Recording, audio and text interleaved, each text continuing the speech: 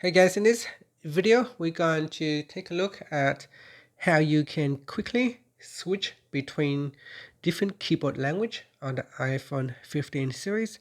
First, let's go back to your home screen and then open up an app that uses the keyboard.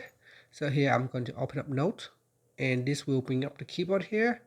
Now to switch between the different keyboard language, you can tap on this language globe icon at the bottom.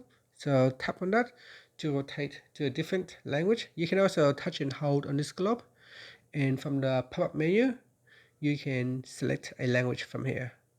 Now if you touch on the globe settings, then tap on keyboard settings. In here you can also add an additional keyboard language. So tap on keyboards and then tap on add new keyboard, and from the list here you can choose a different language. So there it is.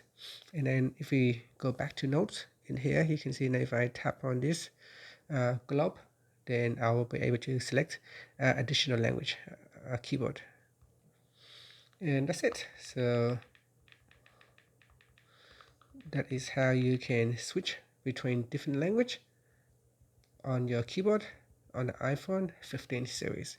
Thank you for watching this video. Please like and subscribe to my channel for more videos.